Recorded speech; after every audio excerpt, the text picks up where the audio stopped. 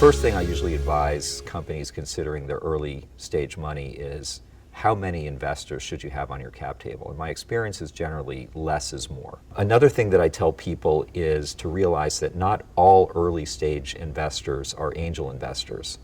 To me, an angel investor is generally a high net worth individual, somebody who's used to investing in venture-backed companies or early stage companies. And what we've seen in Silicon Valley, particularly in the last few years, is a rise of early stage investors who really don't fit that definition of an angel, but are more interested in negotiating terms that are advantageous to them. So you really need to know who you're dealing with as an early stage investor. Another thing that people ask me about is whether there's a halo effect. That is, if I bring in an industry luminary to invest in an early stage, is that going to make it easier for me to raise money from other people?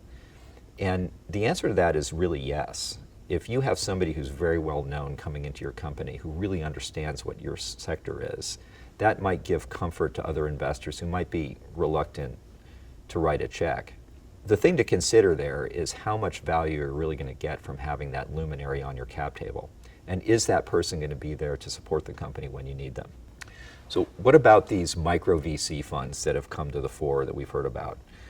To me, that's been one of the most exciting developments in venture capital in the last 5 to 10 years, where the landscape is really cleared and there's a lot of new funds that have come in at the early stage. A lot of these funds are sector specific. Many of them are personality driven by the partners that have been in industry. These people are very creative and they can bring a lot of value. It's also easier to raise money from a single micro VC fund than to chase 50 angels. The trade-off, though, is that usually these funds are investing in price rounds. So you'll have a negotiation at the early stage over how much of the company you're going to be giving up and how much dilution the founders are going to take. And that's something usually you can put off in an angel round. And of course, the other topic of the day is online platforms where companies can simply put their description of the company up on the internet and potentially raise money. And my advice there is just to proceed with caution.